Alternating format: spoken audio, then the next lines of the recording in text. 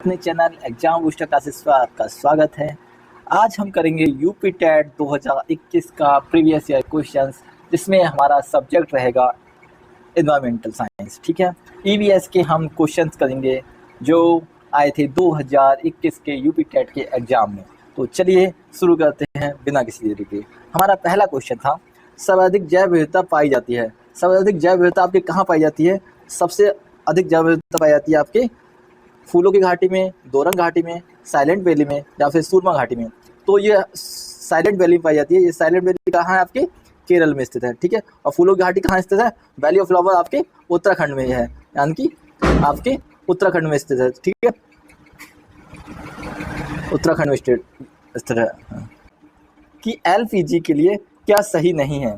तो एलपीजी के लिए क्या सही नहीं है? यह एक स्वच्छ ईंधन है। हम नहीं वाला वर्ड देख रहे हैं। ये एक स्वच्छ ईंधन है। यस, बिल्कुल बात सही है। यह उच्च कैलोरी वाला मान है। उच्च कैलोरी वाला मान है, बिल्कुल सही है।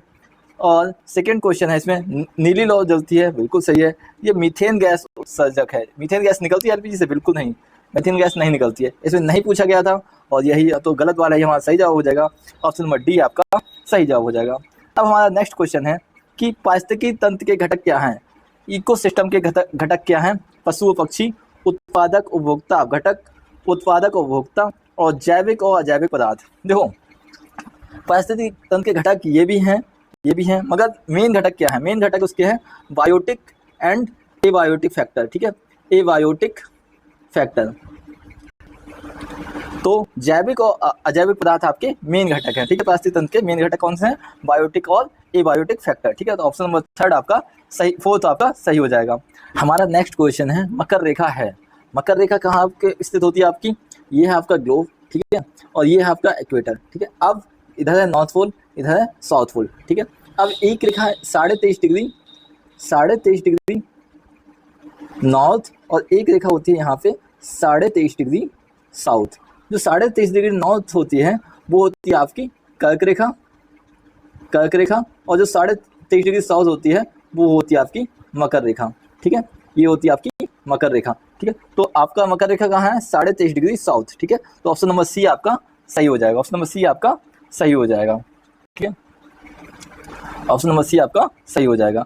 नेक्स्ट क्वेश्चन है आपका, पारिस्थितिकी तंत्र शब्द किसने गढ़ा?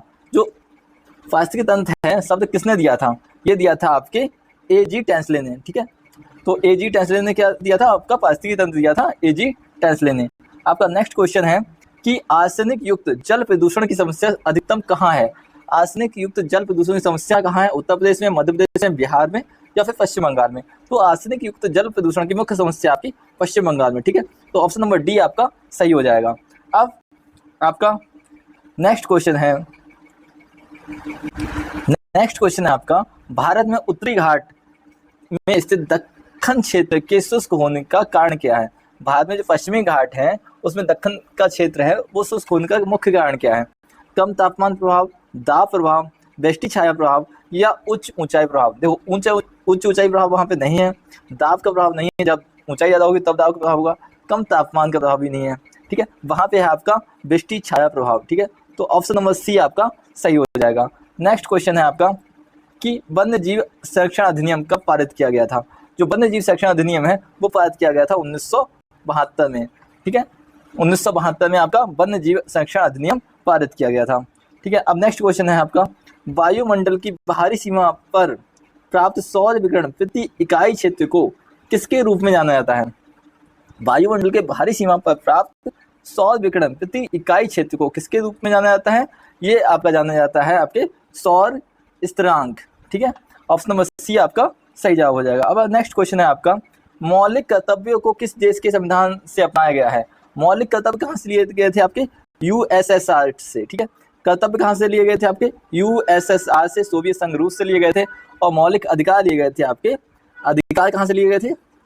अधिकार लिए गए थे आपके अमेरिका से। ठीक है, अमेरिका से आपके लिए गए थे अधिकार, अमेरिका से आपके लिए गए थे अधिकार। ठीक है, अमेरिका से मौलिक अधिकार लिए गए थे और मौलिक कर्तव्य लिए गए थे आपके यूएसएसआर से। ठीक है, तो ऑप्शन नंबर डी आपका सही जवाब हो जाएगा।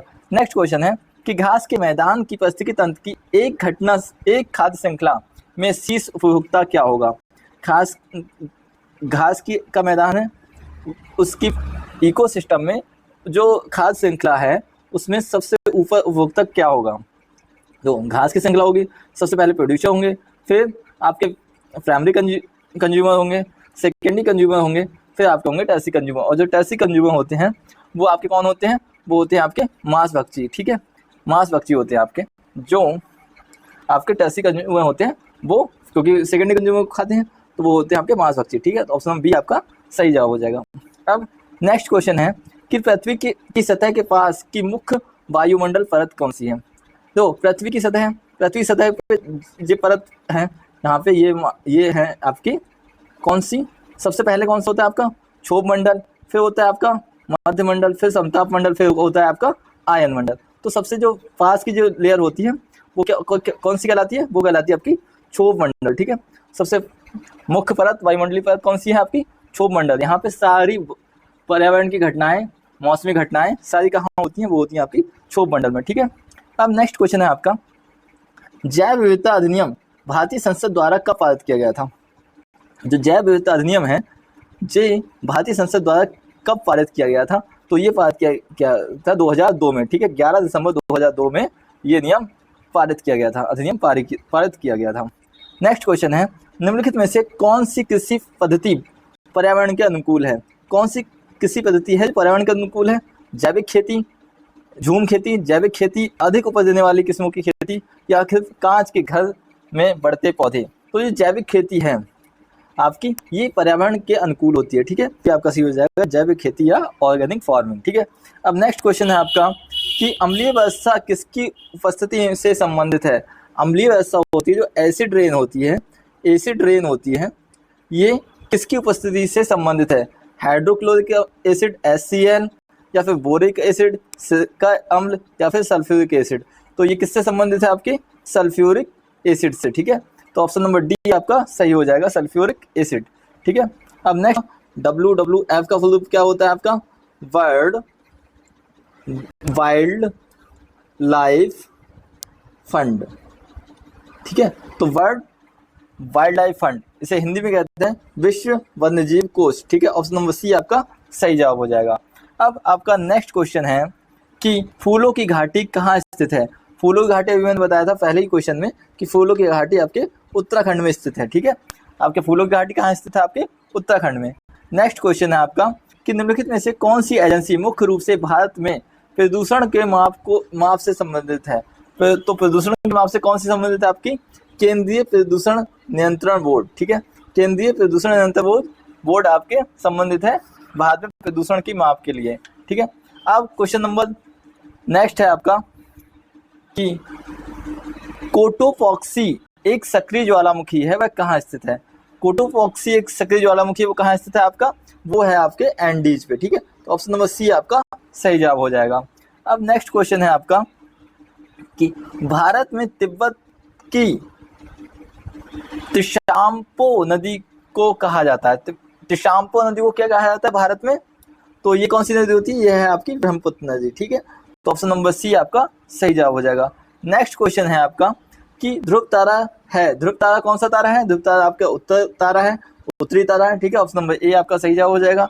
नेक्स्ट क्वेश्चन है, प्रोजेक्ट टाइगर भारत में कब प्रारंभ किया गया था? तो जो प्रोजेक्ट टाइगर की शुरुआत कब हुई थी? वो हुई थी आपके 1973 ईस्वी में, ठीक है।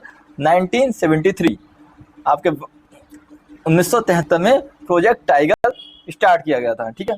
अब नेक्स्ट क्वेश्चन है आपका कि कान्हा राष्ट्रीय उद्यान भारत के किस राज्य में स्थित है? कान्हा राष्ट्रीय उद्यान आपका कहाँ स्थित है? ये स्थित है आपके मध्य प्रदेश में, ठीक है। ऑप्शन नंबर डी आपका सही जवाब हो जाएगा, मध्य प्रदेश। अब नेक्स्ट क्वेश्चन है कि 2016 में का लखनऊ समझौता किसके बीच हुआ था? 2016 में जो कांग्रेस का समझौता हुआ था मुस्लिम लीग से, वो हुआ था लखनऊ में, जिसे कहते हैं लखनऊ समझौता, ठीक है। तो 2016 का लखनऊ समझौता किसके बीच में हुआ था? कांग्रेस और मुस्लिम लीग के बीच में, ठीक है। ऑप्शन नंबर ए आपका सही जवाब हो जाएगा। नेक्स्ट क्वेश्चन है, घुड़खर अभ्यारण्य, जंगली गधा अभ्यारण्य कहाँ स्थित है? ये आपका कहाँ स्थित है? ये आपके गुजरात में, ठीक है। तो घुड़खर अभ्यारण्य कहाँ स्थित है या जंगली गधा अभ्यारण्य कहाँ स्थित है? ये आपके गुजरात में स्थित है। ऑप्शन नंबर डी आपका सही जवाब हो जाएगा। नेक्स्ट क्वेश्चन है कि कार्बन डेटिंग से क्या तात्पर्य है? कार्बन डेटिंग क्या होती है? कार्बन डेटिंग का प्रयोग किया था किसी की एज का डिटेक्ट करने, किसी पुरातत्व विभाग की एज को डिटेक्ट करने के लिए हम कार्बन डेटिंग का प्रयोग करते हैं। इससे पता चल जाता है कि कोई सा जीवाश्म कितना साल पुराना है। ठीक है, तो कार्बन डेटिंग क्या तात्पर्य है आपका? प्राचीन स्थलों में हड्डियों या पदार्थों की आयु का मापन। ठीक है, तो ऑप्शन नंबर डी आपका यहाँ पे सही जवाब हो जाएगा। नेक्स्ट क्वेश्चन है हमारा, संविधान सभा ने हमारे राष्ट्रगान को कब अपनाया? तो ये कब अपनाया था? हमारे राष्ट्रगान को संविधान सभा ने 24 जनवरी 1950। ठीक है, तो ऑप्शन नंबर 2 आपका सही जवाब हो जाएगा। नेक्स्ट क्वेश्चन है कि जैव आवर्धन यानी कि बायोमैग्निफिकेशन क्या है? देखो, बायोमैग्निफिकेशन क्या होता है कि समय के साथ ऊतकों में एक विषाक्त पदार्थ की बढ़ती सांद्रता यानी कंसंट्रेशन बढ़ता जाता है। जैसे अब आपने कोई पेस्टिसाइड डाला अपने खेत में, ठीक है, तो सीड में गया, सीड से ग्रो हो गया, आपके प्लांट होगा, प्लांट में सीड्स होगा, सीड में आ गया, उसकी कंसंट्रेशन 0.001% है। अब उसे बर्ड ने खाया, जब बर्ड ने खाएगी तो उसका कंसंट्रेशन हो जाएगा 0.01%। अगर बर्ड को कोई और एनिमल खा रहा है तो उसमें कंसंट्रेशन हो जाएगी आपकी 0.1%। ठीक है, तो कंसंट्रेशन लगातार बढ़ती जाती है, आपकी जो टॉक्सिसिटी की मात्रा है वो लगातार बढ़ती जाती है, तो वो कहलाता है आपका बायोमैग्निफिकेशन। ठीक है, तो यहाँ पे क्या हो जाएगा? ऑप्शन नंबर ए आपका सही जवाब हो जाएगा। समय के साथ ऊतकों में एक विषाक्त पदार्थ की बढ़ती सांद्रता। ठीक है, टॉक्सिसिटी कंसंट्रेशन आपका लगातार इंक्रीज होता जाता है। ठीक है, अब नेक्स्ट क्वेश्चन है आपका, निम्नलिखित में से कौन सा जैव मंडल का एक अजैविक घटक नहीं है? ए बायोटिक फैक्टर कौन सा नहीं है? ए बायोटिक फैक्टर कौन सा नहीं है? कौन सा नहीं है? इनमें से प्रोटीन तो है, मृदा है, फल, मगर आपका कवक यानी कि फंजाई आपका एबायोटिक फैक्टर नहीं है। ठीक है, फंजाई आपका एबायोटिक फैक्टर नहीं है, तो ऑप्शन नंबर सी आपका पे सही हो जाएगा। अब नेक्स्ट क्वेश्चन है आपका कि ग्रीन पीस इंटरनेशनल का मुख्यालय कहाँ स्थित है? ग्रीन पीस का इंटरनेशनल का मुख्यालय कहाँ स्थित है? ये आपके है एम्स्टर्डम में। ठीक है, एम्स्टर्डम, ऑप्शन नंबर सी आपका सही जवाब हो जाएगा। ये हो गए हमारे यूपी टेट 2021 के EVS के पेपर्स। आप अपने स्कूल कमेंट बॉक्स में बताइए कि आपने कितने क्वेश्चन सही किए। आप लगातार यूं ही यूपी टेट की प्रैक्टिस करते जाइए और अपने स्कोर को इंक्रीज करते जाइए। थैंक यू सो मच, धन्यवाद।